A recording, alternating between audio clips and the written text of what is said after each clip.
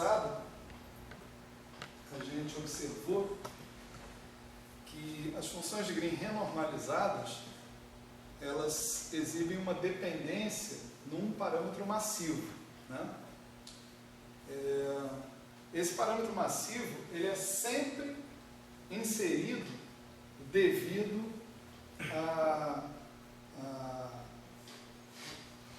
subtração das quantidades divergentes, ao método de subtração das quantidades divergentes. Quer dizer, quando você faz isso, quando você subtrai as quantidades divergentes, sempre sobra um parâmetro massivo, né?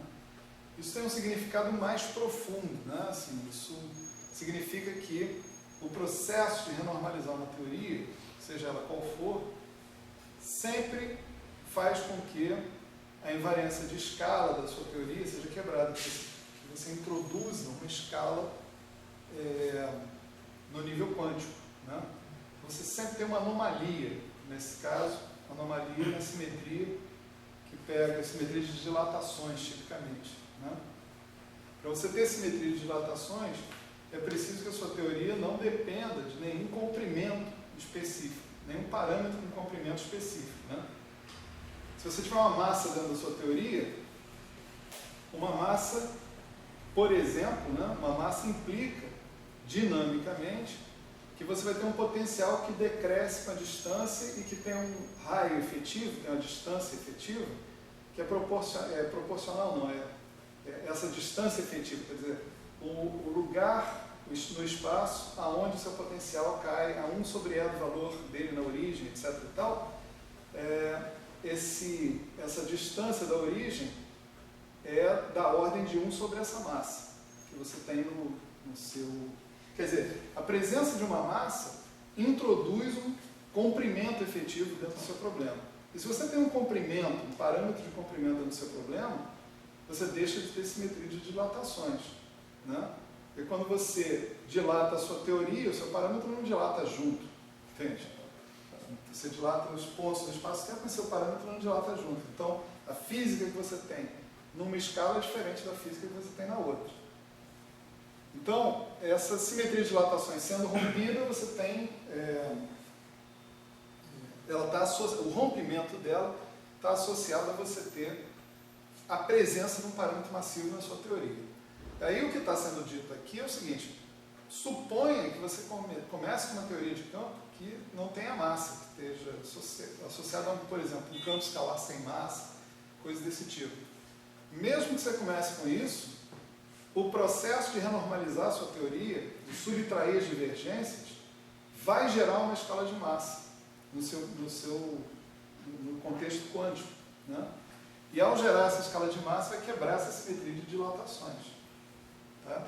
Então a simetria de dilatações é uma simetria anômala, né? Ela é, mesmo que ela esteja presente no nível clássico da sua teoria, ela não está presente no nível quântico, tá certo? Esse é talvez o exemplo mais fundamental de anomalia, né? Que a gente possa ter acesso assim, rapidamente, né? Então, a gente viu que era intrínseco ao procedimento de renormalização você deixar um parâmetro massivo dentro da sua teoria, um parâmetro massivo arbitrário, né? Sua teoria ia depender dele, então você precisava essencialmente de condições de renormalização para fixar o valor, né, sei lá, desse parâmetro massivo. E você podia pensar em diversos tipos de condições de renormalização, diversas formas de fixar esse valor, e idealmente na situação em que o valor desse parâmetro fosse arbitrário, né? E você poderia se perguntar, essa é a pergunta que nós estamos fazendo, como a teoria varia, né? Como o comportamento da minha teoria, das minhas funções de Green, né, da minha matriz S, como a teoria varia quando eu vario esse parâmetro arbitrário que sobrou dentro da minha teoria, né? Então, parte dessa questão foi respondida, né, na aula passada com o estabelecimento dessa equação aqui, né?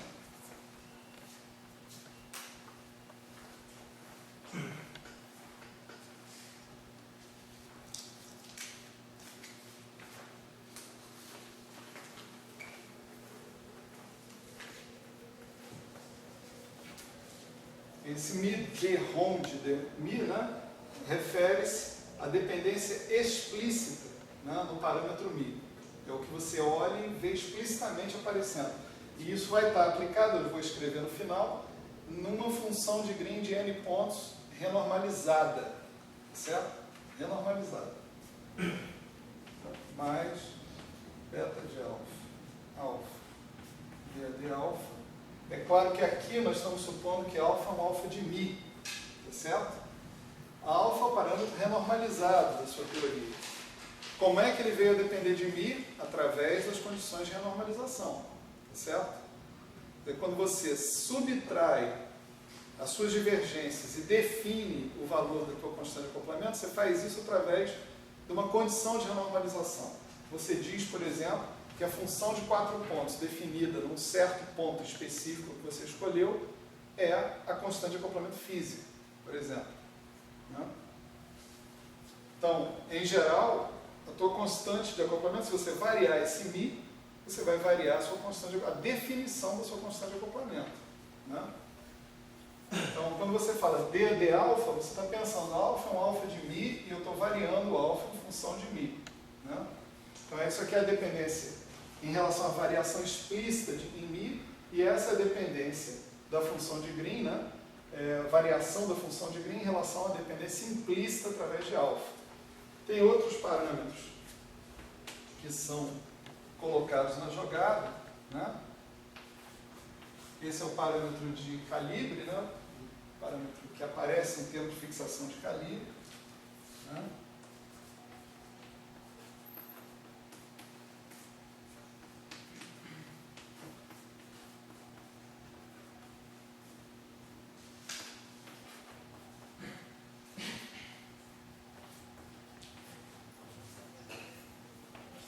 Todo esse operador aplicado aqui numa função de Green renormalizada, que é a função dos momenta, da constante de acoplamento renormalizado, do parâmetro de calibre renormalizado, dos parâmetros de massa, no caso aqui seria renormalizados, e do mi, explicitamente, isso aqui era igual a zero. Né? Essa é a equação de grupo de renormalização, e a gente definia essas funções beta, delta, gama A e gama gama, né? Dessa maneira aqui, né?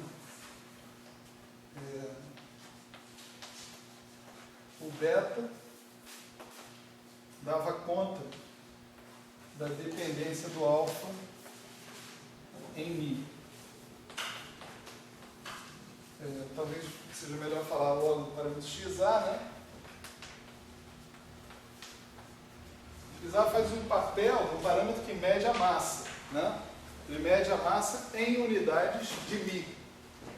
Então, a massa, né, passa a ser, se você ao invés de variar a massa, varia o XA, né, você está variando uma quantidade adimensional, né, que é o XA aqui. Né? O que nós chamamos de gama A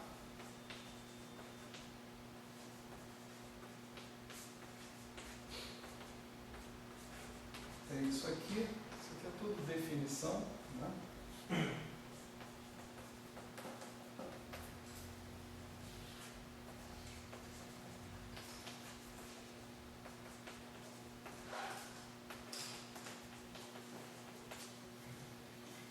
Certo? Então isso dá conta dessa função e dessa função. Você vê que elas são essencialmente finitas, é mais ou menos óbvio que elas são finitas se eu tiver uma teoria renormalizável, né? Ou super renormalizável, né? Porque elas essencialmente dizem respeito aos parâmetros renormalizados, elas envolvem na sua definição os parâmetros renormalizados da sua teoria, que são caras finitos, certo? E a gente tem outras funções que não são tão obviamente finitas, mas que também são finitas, que são essas aqui, né? Mi sobre Z3 e N mils, DZ3 e N mils. Dmi, isso aqui define define o gama Young Mills de alfa a x, né?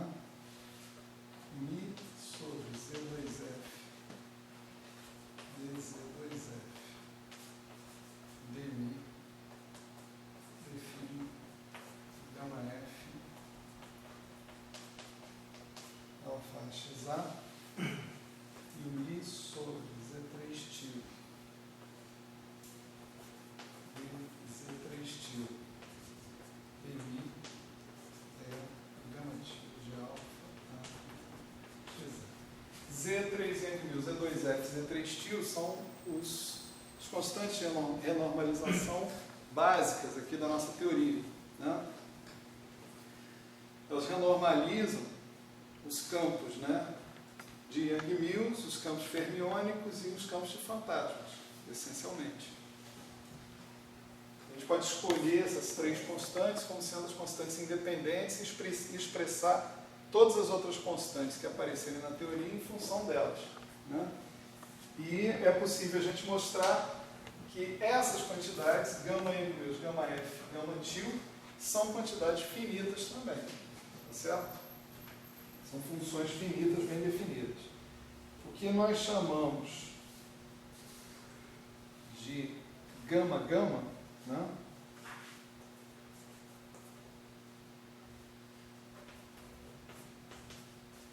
é, por definição, né, N Young-Mills.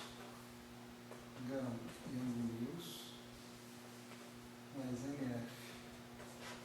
Gama F mais N tio, gama tio. Certo?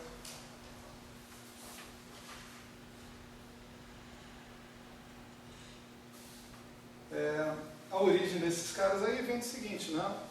Você tinha uma constante de renormalização na frente da tua função renormalizada, quer dizer, a sua função renormalizada era o produto das constantes de renormalização pelas funções nuas, gama zero, né?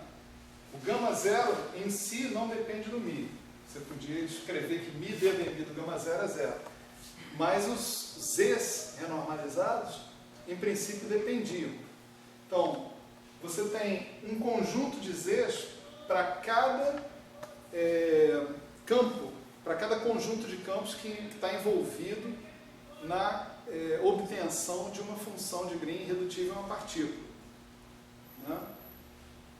Então, a gente computou esses Zs todos, tá certo? Derivou essa constante multiplicativa e apareceram então esses termos individuais que somados me dão a derivada, vamos dizer assim, do objeto completo, né? Quer dizer, isso vem do fato, essas três funções adicionais que estão aí, elas vêm do fato de que você tem renormalização das funções de Green 1PI nuas, tá certo? Beleza. Aí a gente tendo isso, né, vamos dar um passo atrás, na verdade, para depois dar um passo à frente, né, o nosso passo atrás é encontrar uma equação equivalente a essa, tá certo? A gente já viu aqui que a gente está supondo uma dependência nas constantes renormalizadas em Mi, né? E nós vamos explorar que existe essa dependência em Mi, nas constantes renormalizadas, e transformar essa dependência potencialmente numa dependência na energia do processo. Tá certo? Isso se faz de uma maneira razoavelmente esperta, né, nesse caso aqui. Então vamos lá. A primeira providência é a gente tomar consciência da dimensão dessas funções de Green 1PI. Tá certo? Como é que qual é a dimensão canônica delas? Né? Qual é a dimensão que elas têm. Então, por exemplo, se você tiver uma função de Green no espaço de configuração, uma função de Green conexa, né, vamos dizer, no espaço de configuração, a dimensão dessa tua função de Green conexa é a dimensão disso aqui, né? Vamos lá, Q de x1, A e A de x2, θ B de x3, né? O que mais aparecer como campo aqui, né? Quark, vou botar aqui todos os quarks, né? Quarks, gluons, fantasmas, quer dizer, tudo que aparecer ali é o que vai dar dimensão para esse cara que está aqui. Então, como os estados em geral não têm dimensão nenhuma, né? A dimensão dessa função de Green, a dimensão é a soma das dimensões dos campos que aparecem que definem ela, né? Então, a dimensão disso daqui vai ser m elevado ao número de campos de Yang-Mills que aparecer aqui, né? Mais o número de fantasmas que aparecer ali, mais 3 meios do número de férmions que aparecer ali. Porque esses números, né? Por causa da dimensão canônica de cada campo. Os campos de Yang-Mills têm dimensão canônica de massa 1, massa elevada a 1. Né? Os campos de fantasmas, basta olhar o termo cinético deles. Né? O termo cinético do fantasma é eta barra d'Alembertiano eta. Não é isso? Então, a dimensão de um campo de fantasma é a mesma dimensão de um campo escalar. Ele é um férmion com dimensão canônica 1. Você vê que tudo é errado com os fantasmas. Tá certo? Então, fantasmas também têm dimensão canônica 1. E os férmions, no caso os quarks, eles vão ter dimensão canônica 3 meios. A gente já fez essa conta anteriormente. Mas é a mesma conta aí. Você pega o termo Q barra dmi Q, né, e impõe que a dimensão disso aí seja 4. Massa elevada a 4.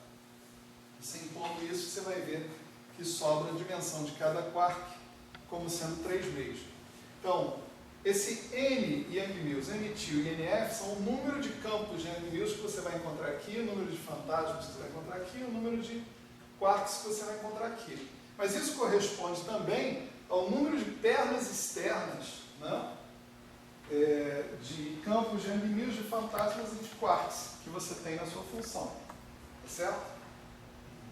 Cada campo que aparecer ali vai representar uma perna externa daquele tipo no diagrama de Feynman, né? Nos diagramas de Feynman correspondentes. Né? Então, isso aqui você pode também ler como número de pernas externas da sua função de Green correspondentes a campos de Yang-Mills, o número de pernas externas correspondentes a fantasmas e o número de pernas externas correspondentes a quarks. Tá? Então, a dimensão desse G no espaço de configuração é isso. E no espaço de momento? Né? Vamos supor que eu chame de um G til, né? De P1, Pn, né? No espaço de momento, essencialmente, eu vou ter uma transformada de Fourier do G de x1, xn. Né? Então, eu vou ter D4P1, D4x1, né?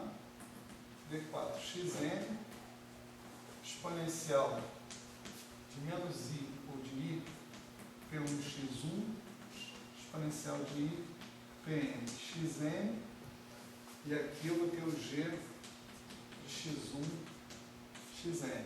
Então, se eu quiser saber a dimensão daquele G til, né? Dimensão do G til, chama de G til N, vou botar N aqui em todo mundo, onde esse N ele é claramente igual a N Yang-Mills mais N-til mais NF. Né?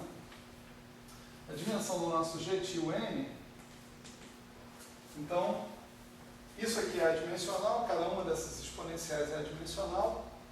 O G, a dimensão é essa que está aqui. Eu tenho que adicionar agora a dimensão dos elementos de integração. Né?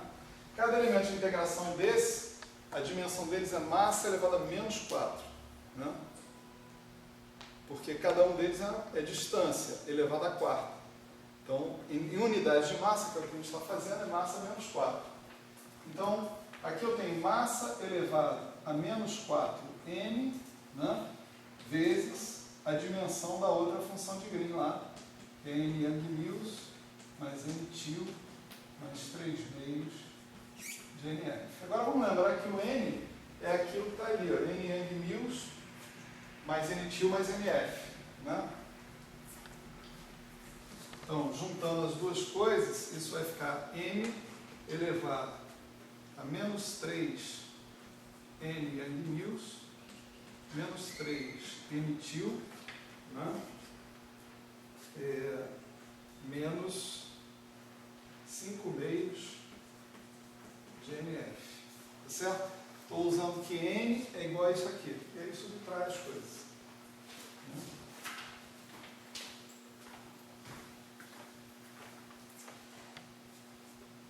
Só que esse camarada, né, esse G-til, ele é uma delta da conservação dos momentos vezes o que você poderia chamar de um G-chapéu N, certo? Que não possui deltas de conservação, certo? Nem subdeltas de conservação. Ou seja, não tem nenhuma subdelta de conservação, a gente está falando de funções conexas, né? Então não tem nenhuma subdelta de conservação dos momentos ali dentro daquele cara. Só tem essa delta global de conservação. Deltas têm dimensão oposta ao dos argumentos que elas têm. Então, por exemplo, uma delta de P, integral d4P dá 1. Né? 1 é uma coisa adimensional, d4P não é adimensional, tem dimensão de massa quarta. Então, uma delta de P tem dimensão de massa menos 4. Tá certo? Então, se você quer saber a dimensão do G-til N, né? G-chapéu N, que é a dimensão desse cara que está aqui, depois que você desconta a delta, né? Então você vai ter que descontar a dimensão da delta. Se a dimensão dela é massa elevada a menos 4, né? Então você vai ter massa a quarta vezes a dimensão do G-til N. Tá certo?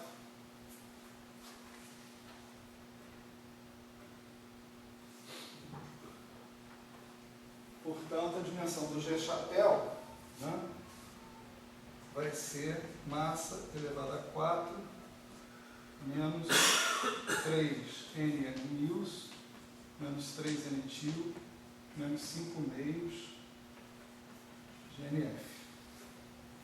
Certo? Mas ainda não é esse G-chapéu o cara em cima do qual nós estamos procurando aplicar as equações do grupo de normalização. Nós estamos aplicando nos caras que são irredutíveis a uma partícula. Né? Então vamos lembrar como é que são esses caras irredutíveis a uma partícula. Né? Quer dizer, esses gamas, né, N's, eles são caroço de um gráfico de Feynman. Aquele caroço que você, cortando uma linha interna, você não separa. Tá certo? Então eles são miolo. Por exemplo, você pode pegar aqui um gama 4, né? A estrutura o gama 4 entra, essencialmente, na seguinte situação. Você pega a tua função G4, tua função conexa, que nós vamos denotar genericamente assim, tá certo? E você elimina dessa função os gráficos que você pode obter, né? Então, se o seu G4 é isso, o seu gama 4 vai ser o conjunto de gráficos que você vai obter amputando as pernas externas dessa função conexa, puramente conexa, o que vai levar embora irredutíveis a uma partícula. Tá certo? Então, você vai multiplicar essa função que está aqui, tá certo? Desculpa, acho que eu estou me expressando mal aqui, né? Vamos tentar desse outro jeito aqui. A estrutura do G4, tá certo? A estrutura do G4, ela é dessa forma.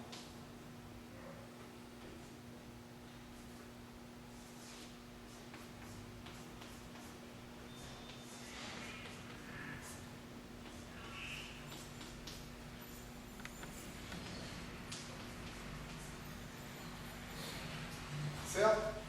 Onde o G4 é assim, e esse cara que está aqui no meio é o que é o gama 4. Dá para perceber, assim, né? Pode ter mais estrutura do que isso, mas isso aqui já mais ou menos ilustra a ideia que eu estou querendo colocar, né? Vamos supor, nesse caroço aqui eu estou compreendendo apenas gráficos irredutíveis a uma partícula. Tá certo? Por exemplo, se fosse uma teoria φ4, eu estava compreendendo caras assim, né? Desse tipo. Mas não estaria compreendendo caras assim, por exemplo.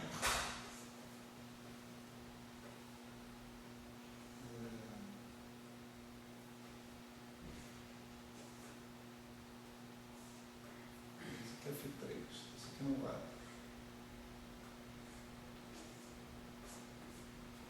Um cara assim não está incluído aqui. Por quê? Porque esse cara aqui é um PI. Tá certo? Um cara assim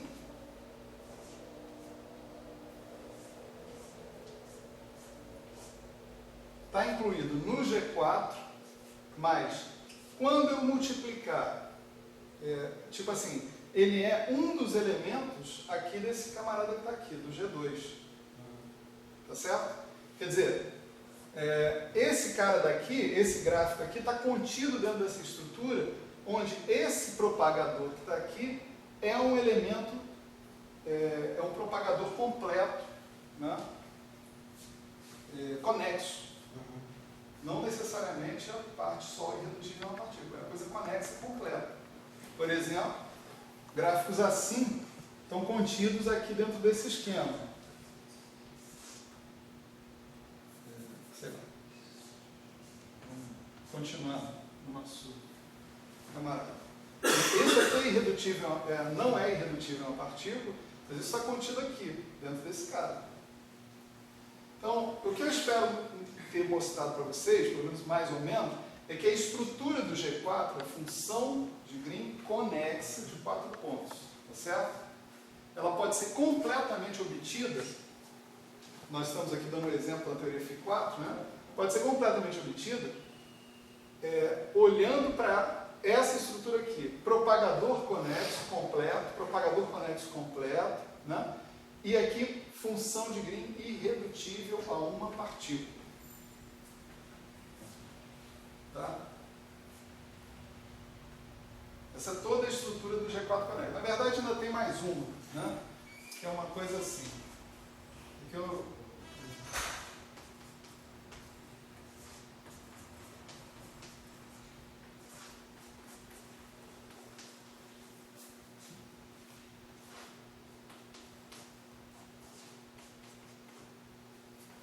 Isso daqui também faz parte do G4. Né? É isso mais isso. Escrevi em cima, péssima didática. Seria que aprovaram na prova do Estado. Enfim. Só um detalhe, professor. A gente, em geral, não considera nas pernas externas os ghosts, né? Tudo errado. Mas Peraí, só um minuto antes de você falar. Tá, às vezes, se a gente quisesse considerar funções de Green com fantasmas nas linhas externas.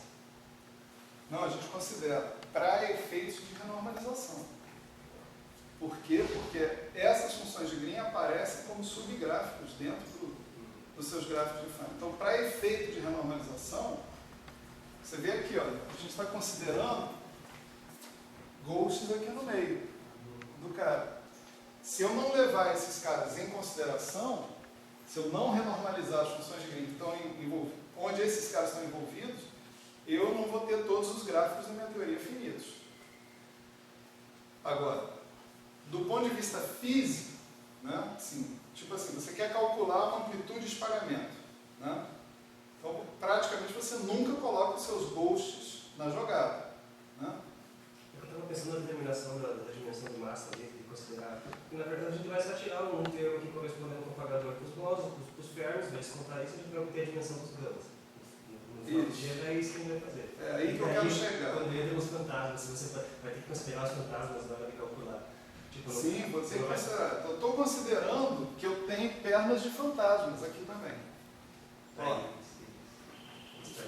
Estou considerando que eu tenho pernas de fantasmas. Então eu tenho que usar esse raciocínio. Só que eu estou simplificando para o Φ4, né? Mas é a mesma ideia para QCD, só que tem mais variedade de campos, etc. e tal. Mas eu vou ter que considerar os fantasmas também aí. Certo? Então, vamos olhar aqui, por exemplo, o que eu precisaria para obter a função irredutível a uma partícula de quatro pernas, gama 4, né? Eu precisaria pegar esse conjunto de gráficos aqui e multiplicar pelo inverso do propagador. Essa perna, essa perna, essa perna e essa perna. Aí ia sobrar o quê? Só o miolo. Tá certo? Em geral é isso. Se eu tiver uma função de Green irredutível a uma partícula de n pontos, com esse n sendo constituído de campos de Yang-Mills, campos de fantasmas e campos de férmions, né?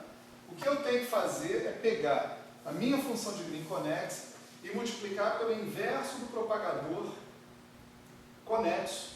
O propagador já é conexo, desculpa.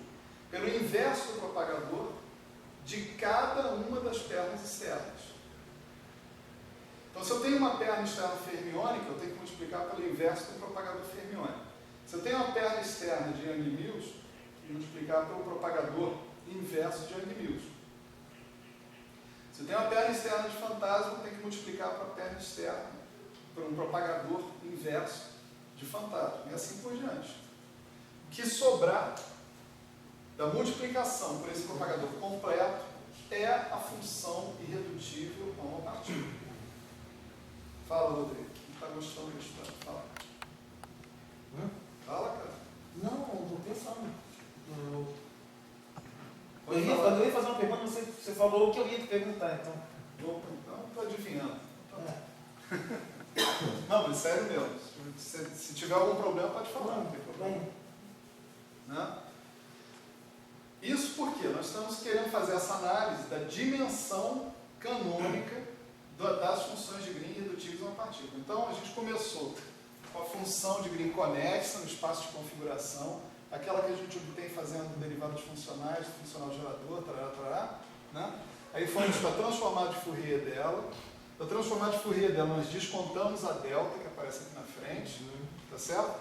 E agora eu quero saber a dimensão canônica das funções irredutíveis a uma partícula. Tá certo?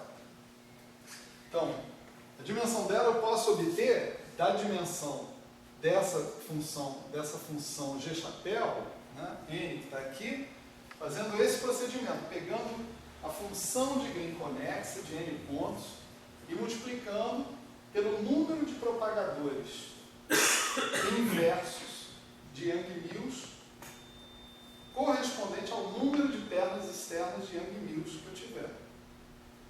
Multiplicando pelo número de propagadores inversos de fantasmas correspondente ao número de propagadores, ao número de campos de fantasmas que eu tiver lá.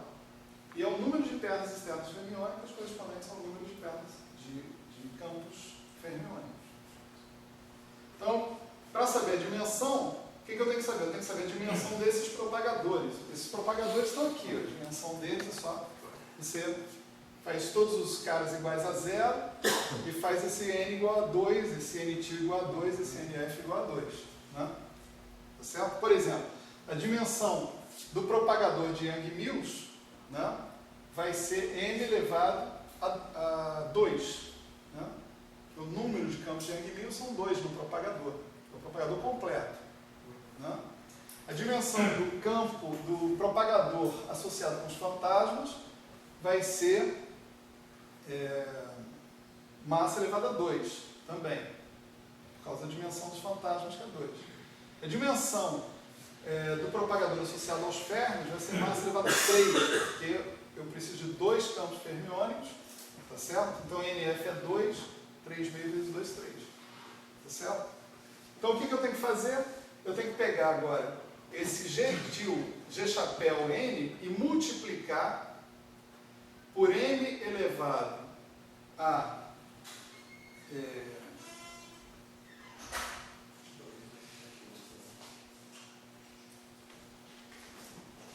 2 vezes o número de campos de Yang-Mills,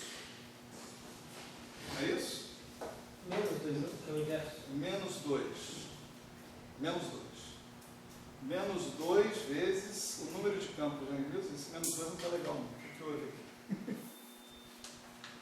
Só um minuto.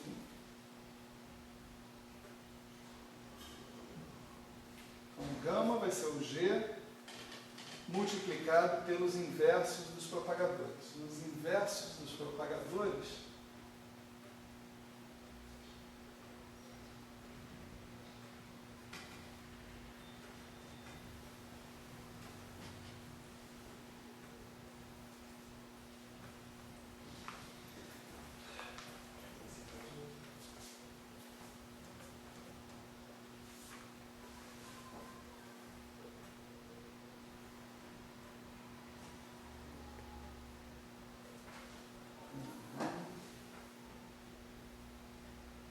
até que a gente vinha muito bem, agora aqui, se eu fizer isso que eu estou falando, eu vou terminar completamente errado em relação ao cara. Então, onde é que eu estou errando? Vamos ver.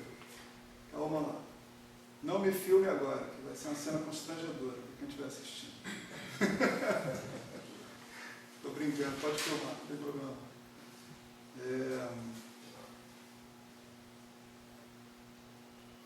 Está ali, aquela é a dimensão do G chapéu.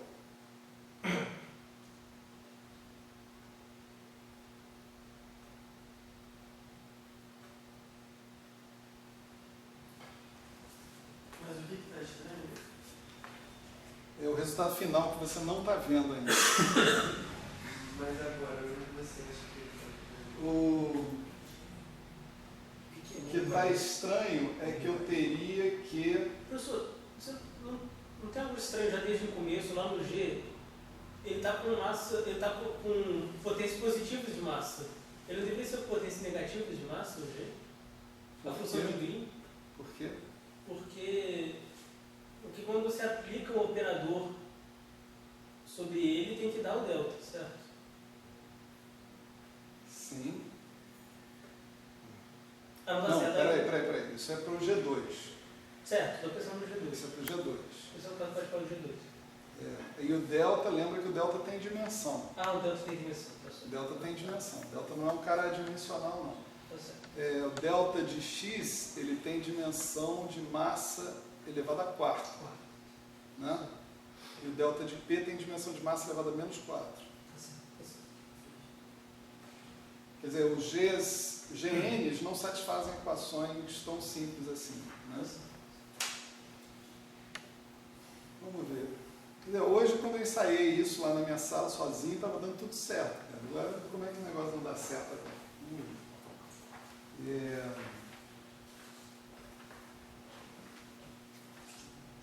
A dimensão... Por que a gente não consegue fazer um teste com caso particular? Porque sabe a gente não esteja nada. O senhor tem certeza que vai dar? Não, cara, ou vai no caso geral ou não vai dar certo em caso particular nenhum.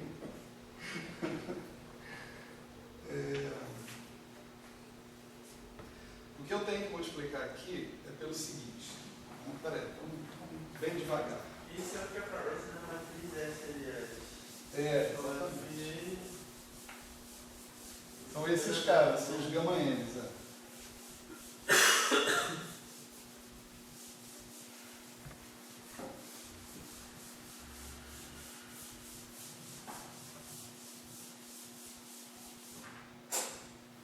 Então, o que vamos dizer, o que eu chamo de GN, chapéu, ele é o produto de, vamos falar esquematicamente, né? Vamos chamar G2 Young Mills, G2 Young Mills, um número N Young Mills de vezes, um para cada perna externa. Né? Depois eu tenho um G2 de Ghost, né?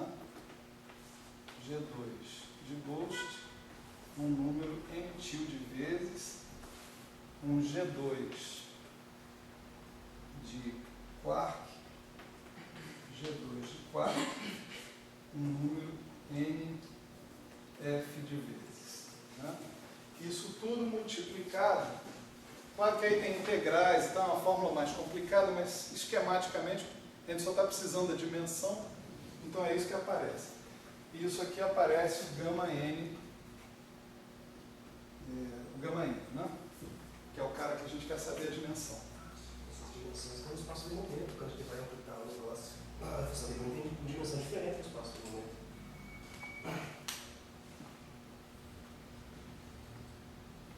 Claro. É isso. Exatamente isso. Eu tenho que usar essa fórmula aqui para cada propagador no espaço de momento. O problema é que eu estava usando essa. Ninguém me avisa. Ainda bem que ele avisou agora. Valeu. Então, por exemplo, né? Propagador de Young Mills. Né? Ele vai ter, qual é a dimensão dele? Você vai ter N Young Mills igual a 2, N til 0, NF 0.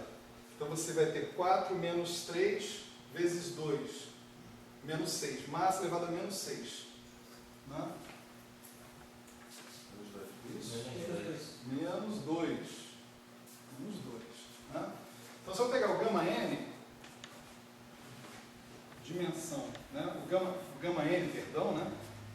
Eu vou multiplicar pela inversa desses caras, então eu vou multiplicar por N2, a dimensão é N2 elevado a N Young Mills. Certo? Então vamos de novo lá, camarada. Ghosts, mesma coisa, né? É a mesma fórmula, praticamente, só que com N Young Mills igual a 0, NF igual a 0, vou ter N2 elevado a N tilde. Ok. E aqui, M2 não. Né? A massa do propagador fermiônico vai ser M elevado a 4 menos 5. Não é isso? Porque o NF é 2. Os outros são 0. 4 menos 5 menos 1. Não é? E aí você inverte. Isso elevado a NF. M é 1 só para isso. Eu já inverti aqui, né? Então tá certo. M é 1. Ok.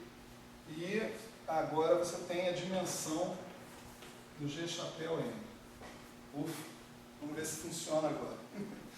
Então eu tenho M elevado a 2N Young Mills mais 2N til mais NF multiplicado por M elevado a 4 menos 3 Young Mills menos 3 N til menos 5 meios NF. Certo? Então isso aqui dá M elevado a 4 menos N Young Mills menos N til menos, aqui eu tenho 2 meios, menos 5 meios, menos 3 meios de NF. Certo? Ufa! Tá aí, a dimensão do cara. Esse número aqui é o que eu vou batizar esse número de D gama, dimensão da função gama. certo?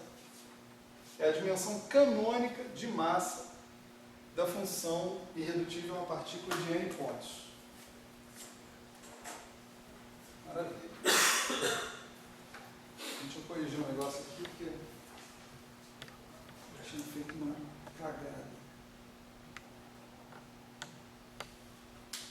O Pascoal está certíssimo. Eu ia denunciar um erro do Pascoal, mas o erro era meu, de verdade.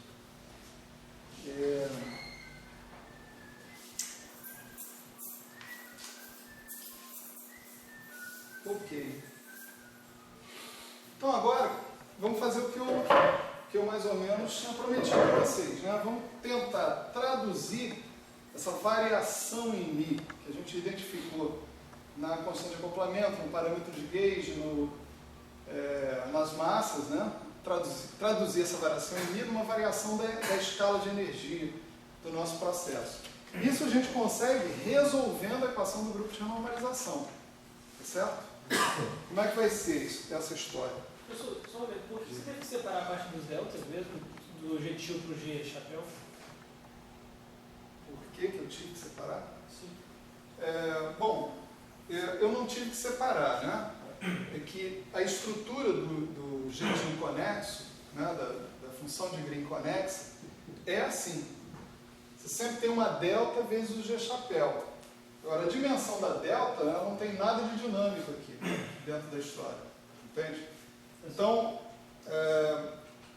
vamos supor, na expressão do meu gama ou do meu G-til, eu já estou supondo que existe uma conservação dos momenta do argumento que está lá. Nem todos eles são independentes. Se eu tiver n momenta, só n menos 1 são independentes.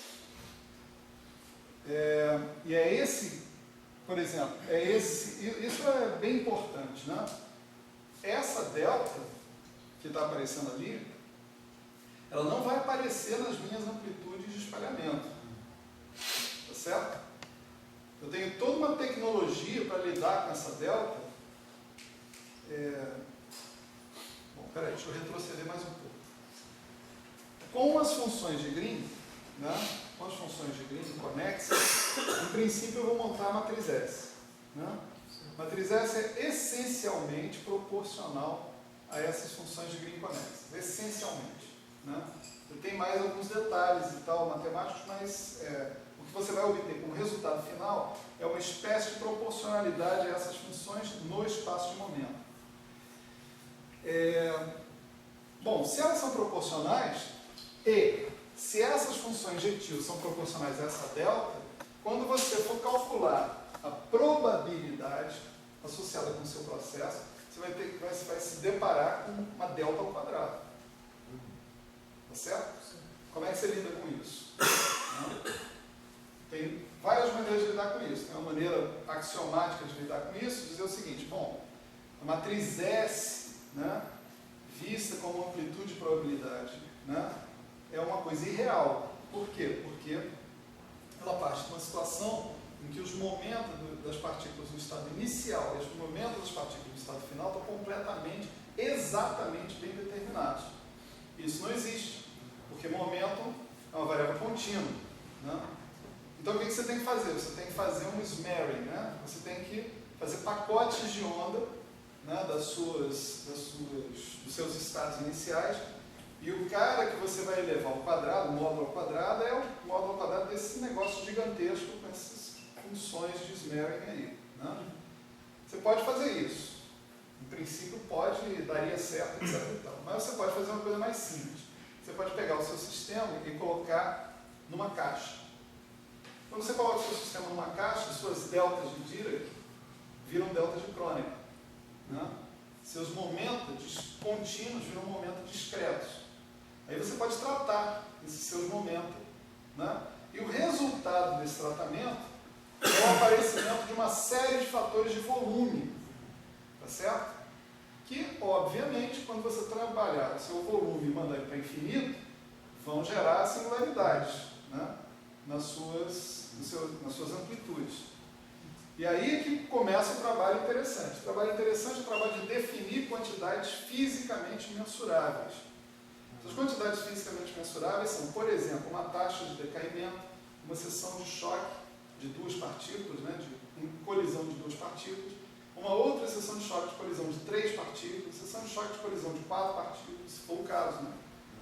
Quando você define cada uma dessas quantidades físicas, você tem que defini-las com normalizações que mandam esses fatores de volume, que absorvem esses fatores de volume, na verdade. O resultado final é um resultado finito. Então, é um resultado finito e é um resultado que depende desse cara aqui e não desse cara aqui. Entende? Então, é importante você separar a delta do cara que não é proporcional a delta, porque é ele que vai entrar nos seus resultados físicos. Tá certo? Quer dizer, essa história toda que eu acabei de falar sobre o tratamento dos fatores de volume e tal, isso está explicado lá no curso lá de métodos teóricos. Tá certo? A gente faz um pedaço do curso que é exatamente isso.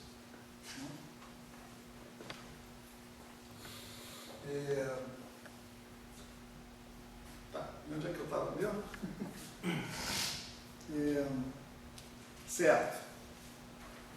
Então, a chave para a gente relacionar dependência em Mi com dependência em energia vem exatamente da análise da dimensão canônica dessas funções de Green. Certo? Que a gente acabou de fazer essa análise aqui. Né? Então, vamos anotar num cantinho aqui o que a gente acabou de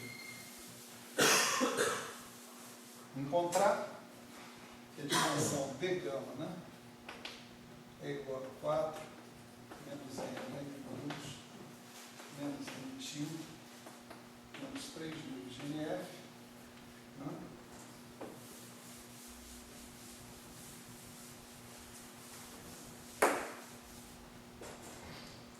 O tempo passa quando a gente se diverte, né? 7,5.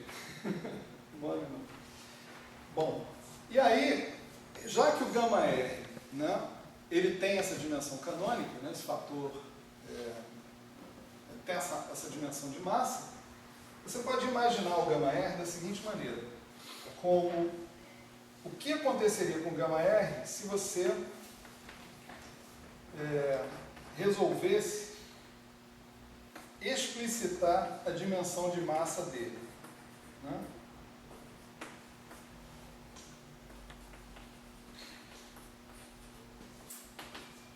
Você dissesse assim, bom, eu quero que tenha um fator, né, expressando a dimensão total do gama M ali dentro. Né? Por exemplo, se eu estivesse falando de um gama 2 livre, tá certo? Um gama 2 para uma teoria escalar. Né? O cara fosse P2 menos Mi2. Se você quiser, pode botar um menos M2 aqui também. Não tem problema. Se tivesse uma situação dessa. Você poderia colocar um Mi2 em evidência para dizer, olha, o Mi, aqui, um dos parâmetros, um parâmetro massivo que eu estou colocando, vai carregar toda a dimensão do gama 2. Esse gama 2 tem dimensão de massa ao quadrado, então eu vou botar um Mi2 na frente para carregar toda a dimensão. O que apareceria aqui seria um P sobre Mi 2 menos um M sobre Mi 2. Certo? Essa quantidade, né, seria uma certa quantidade adimensional dependente de P sobre Mi e de M sobre Mi. Olha, M sobre Mi é aquela quantidade X, né, que a gente colocou lá anteriormente. É a massa medida em unidade de Mi. Né? Então, imagina que eu faça isso para uma função de dimensão de gama. Né? Então, se eu escalar essa função por Mi elevado a d gama, né, o que eu vou obter é um Mi elevado a d gama vezes uma certa função adimensional de P1 sobre Mi, Pn sobre Mi, alfa a xa. Eu não mexi com alfa nem com A, porque alfa e A já são adimensionais. Né? Lembra que alfa é G2 sobre 4π, né? É o quadrado da o análogo da constante de estrutura fina para QCD. Né? Legal. Então eu posso usar isso aí para dizer o seguinte: se eu pegar o meu gama R né, em momentos escalados, ou seja, ao invés de P1, P2, Pn, eu multiplico todos os momentos pelo mesmo fator psi. Tá certo? Então, imagina, esse fator psi está me levando de um regime de energia para outro regime de energia. Né? Se o psi for perto de zero, né, eu estou indo necessariamente para baixas energias. Se o psi for muito grande, eu estou indo para altas energias. Então, a pergunta é, será que tem como relacionar o gama escalado com o gama não escalado? Né? Então, esse cara aqui é a função de alfa, A, MA e Mi. Isso vai dar Mi de gama. Essa função adimensional psi, né, de psi P1 sobre Mi, psi Pn sobre Mi, alfa A XA. E aqui eu posso fazer aquele truquezinho de multiplicar e dividir por psi elevado a d, tá certo? Psi elevado a d gama, e aqui fica Mi sobre psi elevado a d gama, tá certo? O meu psi é P1 sobre Mi sobre psi, Pn sobre Mi sobre psi, alfa A XA. Tá certo? E o que eu acabei de escrever aqui nesse... esquecendo o fator psi elevado a d gama, né, olhando esse fator aqui só, né, o que eu acabei de escrever aqui é precisamente o gama renormalizado, né, original de P1, Pn, alfa A, Ma sobre psi, Mi sobre psi.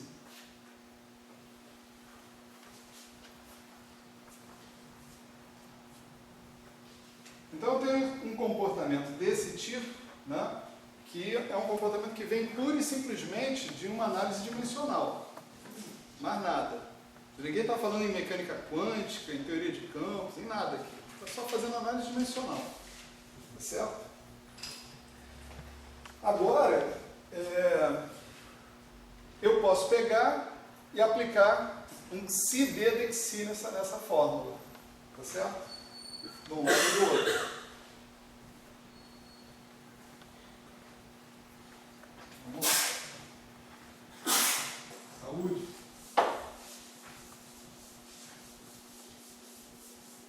Tem um negócio que diz o seguinte: se você espirrar 3 vezes, você fica rico. Por isso que eu nunca espirrei 3 vezes. Se espirrar 4, não. Se você espirrar 3, você segura.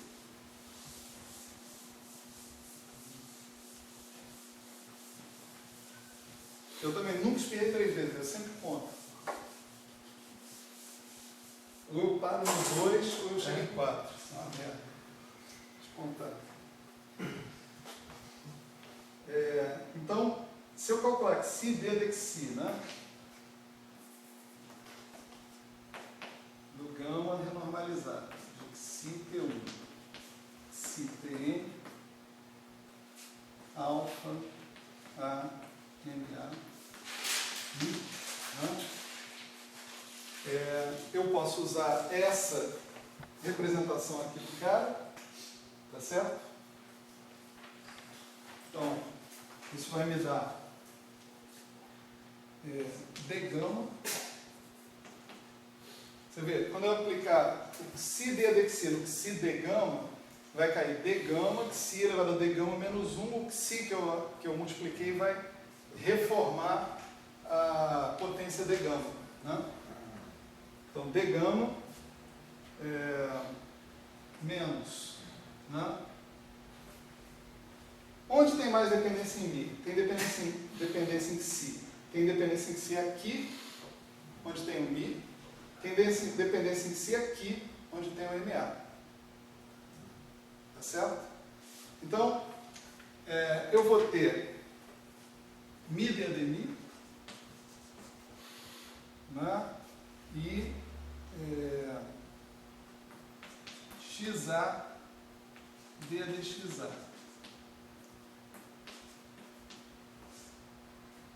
Do gama R de CPN alfa A MA Mi.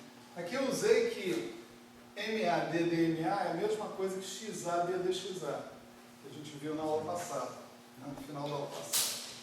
Tá? E aqui eu recompus, né, eu tinha usado psi de gama, gama R disso, tá certo? Eu recompus o psi de gama aplicado no gama R, dando esse cara original que está aqui, tá certo? De modo que eu tenho os dois caras, né? Os dois lados da equação aqui, né?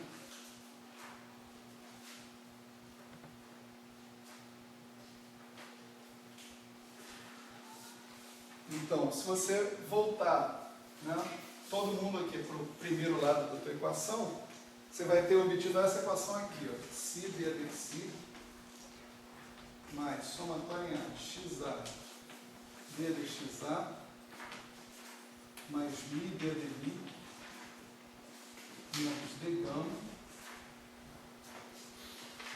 aplicado em gama R de psi P1 psi Pn alfa A MA Mi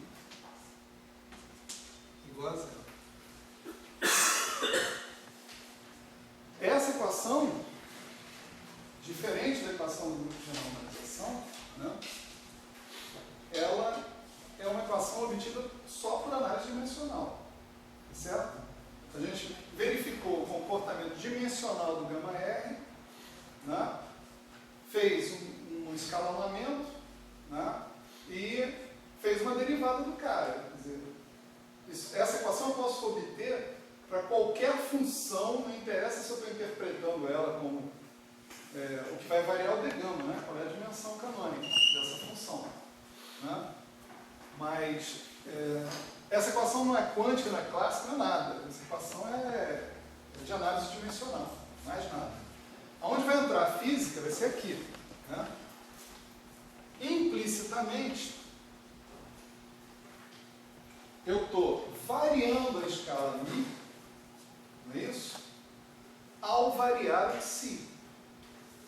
Estou supondo aqui que meu Mi é uma função de psi. Ele varia porque eu variei o psi.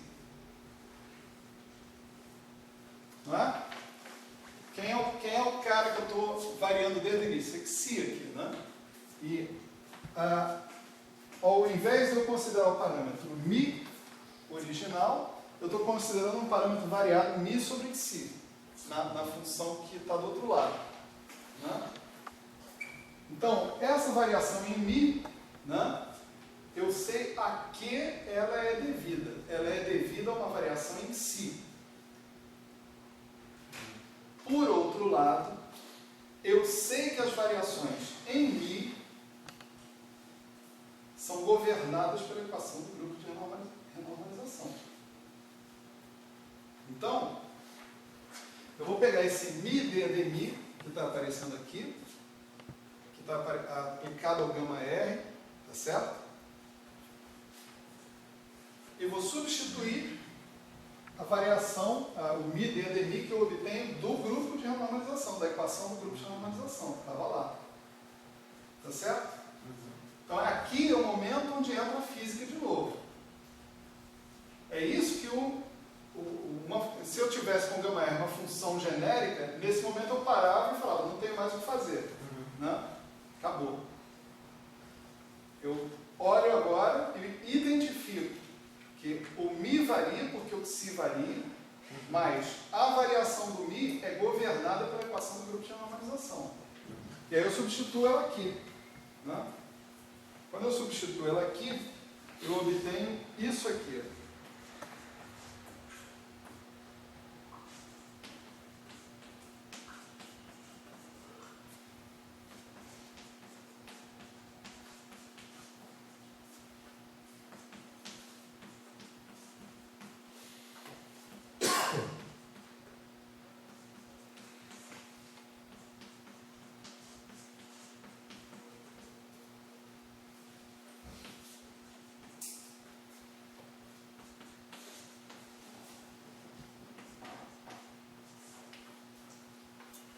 isso tudo, né, aplicado no gama R de psi PI, vamos escrever assim o argumento, alfa A MA I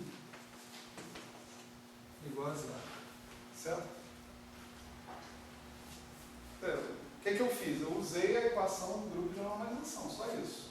Substituí onde tinha Mi pelo resto das variações. Agora, eu posso imaginar o seguinte, na equação do grupo de normalização,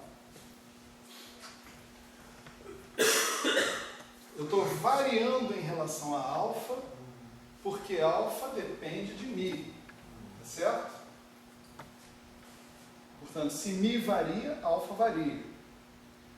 Como é que o Mi varia? O Mi varia se o Psi varia agora. Então agora o alfa implicitamente depende de Psi. Tá certo?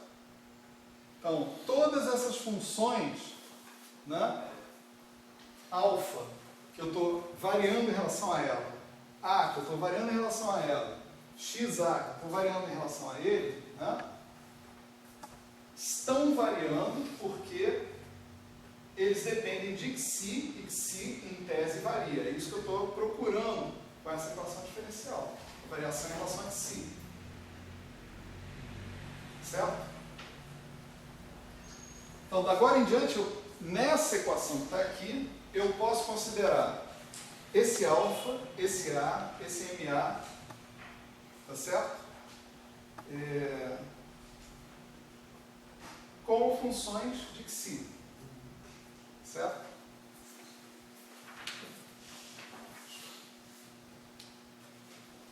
E aí tem uma transformação esperta que é a seguinte, é pegar e definir t como sendo logaritmo de Xi, tá certo? Ou Xi como exponencial de t. E aí o que você chama de Xi d de Xi vira d dt, dt de Xi vezes o Xi, né? dt de Xi dá 1 sobre Xi, então isso daqui é pura e simplesmente d dt, certo?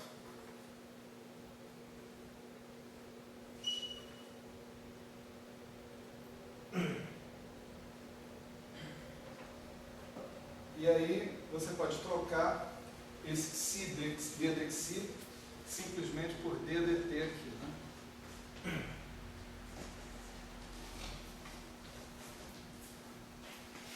Claro, agora alfa é alfa de t, né? A é A de t, xa, xa de t, certo? Isso é uma parametrização mais eficiente, né? Porque vocês vão ver, né, na verdade, a razão da eficiência dela. Não vai dar tempo de chegar ao final dessa história, mas vamos, pelo menos, indicar o caminho. Né?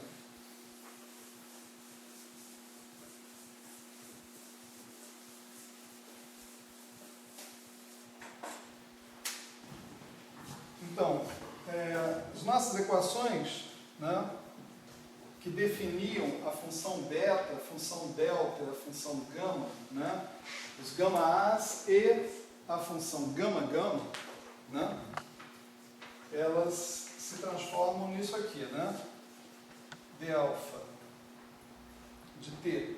Você pode chamar de alfa barra de t, para distinguir, porque a dependência original do teu alfa era no mi, né?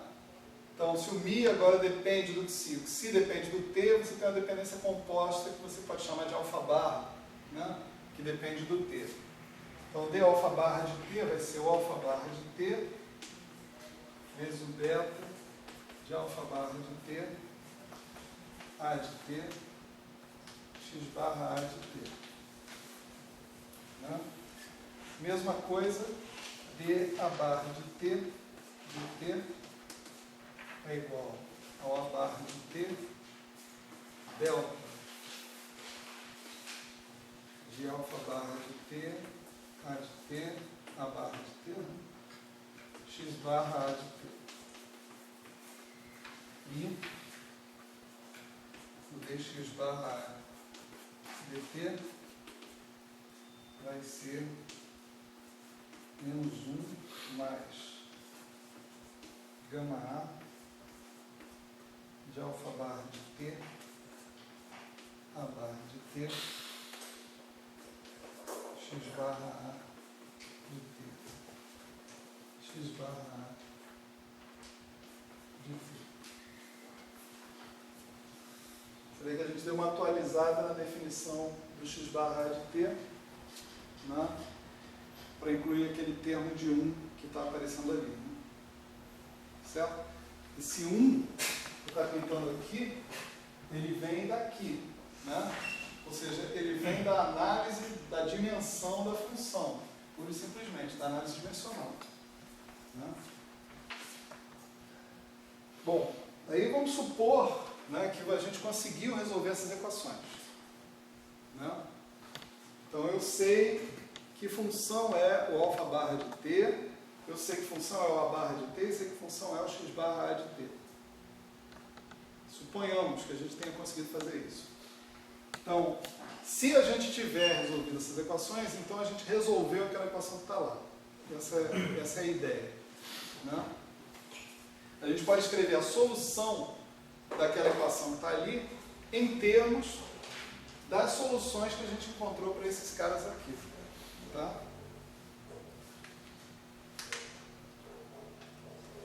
Para simplificar, vamos supor que só tem um parâmetro, que não tem nem massas, nem parâmetro de gauge, só tem o alfa barra, tá certo? A solução que a gente obtiver com alfa barra, dá para generalizar para os outros casos ali sem problema nenhum. Né? Então, se você só tem o alfa barra na jogada, então sua equação se reduz a isso aqui, menos d dt mais beta de alfa, alfa, d de alfa, menos gama, chapéu gama de alfa, aplicado no gama renormalizado de exponencial de pi, alfa, mi, igual a zero. Né? Essa equação é isso. Agora, o que eu chamei de gama chapéu, gama inclui o d gama, né? É o gama anterior menos o d gama, a dimensão canônica lá do cara. Certo? E está aparecendo aqui. Né? Esse é o gama chapéu gama. Né? A brincadeira aí é fazer o seguinte. Né? Se você trocar a mesma equação se você usar, ao invés do alfa de t, você usar o alfa de menos t, né? Essa equação aqui vai dizer o seguinte: se você botar menos t em tudo quanto é lugar aqui, d de menos t é menos d de t, tá certo? Então você vai inverter o sinal desse termo que está aparecendo aqui. Né? Inverter o sinal é interessante porque transforma esse sinal aqui de mais em menos e isso aqui vira uma derivada total. Né? Uma derivada em relação a todos os parâmetros. Então, essa equação pode ser reescrita assim: menos d dt menos a definição do beta, que vai ser d alfa barra de menos t dt d alfa barra de menos t menos o gama chapéu de alfa barra de menos t, tudo isso aplicado em gama r exponencial de t pi alfa barra de menos t li igual a zero. Né? Agora você pode imaginar que isso daqui é uma derivada total em relação a t, então a sua equação se transformou simplesmente nisso aqui: d dt mais gama chapéu de alfa barra de menos t vezes o gama renormalizado exponencial de t, pi, alfa barra de menos t, mi, isso igual a zero. Essa equação aqui é fácil de resolver, né? Diferença que vai aparecer é o seguinte: quando você não tiver os outros caras iguais a zero, é que você vai usar essas equações do mesmo jeito, né? Você vai trocar o a barra de t por a barra de menos t, o xa de t por xa de menos t, tá certo? E nas suas equações aqui, o teu ddt vai em menos ddt, e isso vai recompor uma derivada total em relação a todos os parâmetros, tá certo? Solução dessa equação, né, vai ser, né, ddt do gama r é igual a menos gama chapéu gama vezes gama r. 1 sobre gama r, ddt de gama r, então é gama chapéu gama. Integra dos dois lados, etc. Né? Então, gama renormalizado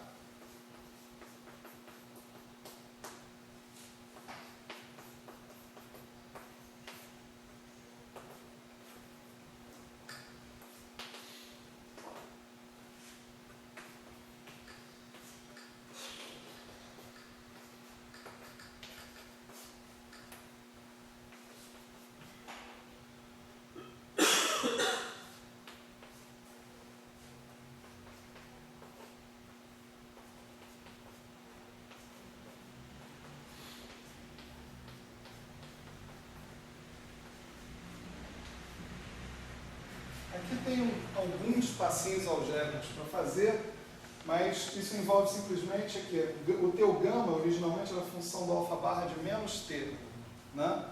Então se você troca t por menos t nessa integral, ela fica de 0 a menos t, mas ela leva um menos na frente, você troca o limite de integração de novo, as coisas voltam ao que era, né? Tem um certo caminho para a gente lidar com essa equação para chegar na forma final dela. A gente não tem tempo, eu vou colocar só o resultado hoje e na nossa próxima aula a gente faz esse caminho em mais detalhes, tá certo? Mas o resultado é o seguinte, né? Dessa equação que está aqui, a gente pode chegar, nós vamos chegar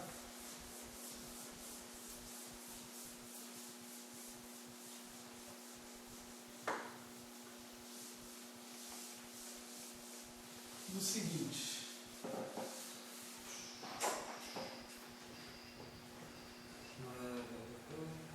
Tem que conhecer aquele gama minúsculo chapéu, né? De alguma forma. Sim. Isso é Mas um modelo específico. essas funções todas você supõe que você conhece.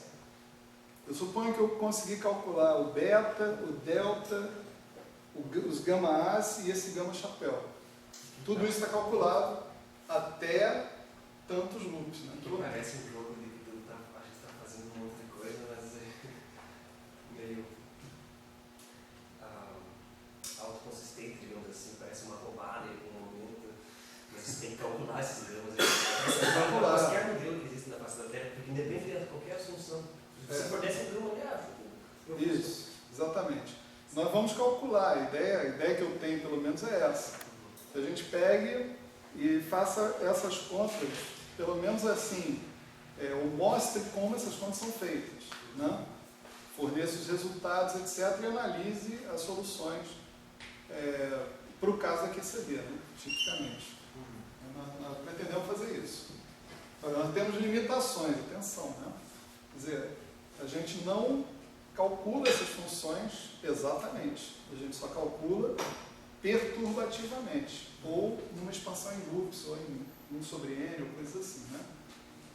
Então, a nossa solução, a análise que nós vamos fazer, ela é limitada, ela é condicionada por isso, por um cálculo perturbativo, né? Fala. Eu tinha pensado se você propusesse beta e gamas, as funções de normalização de forma a obter um resultado consistente e a partir daí procurasse achar um modelo que batesse essas funções. Ninguém nunca fez isso. Não, Tipo, eu acho que esse sim. lance, quando ele fez a distribuição dele, ele parava um pitaco e depois eu procurava a resposta. Não, eu acho que sim. Assisto o curso das quintas-feiras do Antônio Domingues. Antônio Domingues? Não, não é Domingues não. Domingues é outro cara. Pereira, né? Antônio lá da UF. Ele está dando um curso muito interessante aqui, do qual esse negócio todo aqui é o V0, vamos dizer assim, é o ponto de partida, né, da história. Mas justamente você vai observar que você tem diversas teorias de acordo com as funções que você obtém que satisfazem essas equações. Agora, é claro, em tese, se você está falando da QCD, você tem uma só função e uma só trajetória. Então, se você está considerando diversas trajetórias, você está considerando diversas teorias. Você está exatamente dentro desse ponto de vista, né? E ali o Antônio pretende discutir consequências possíveis desse tipo de visão.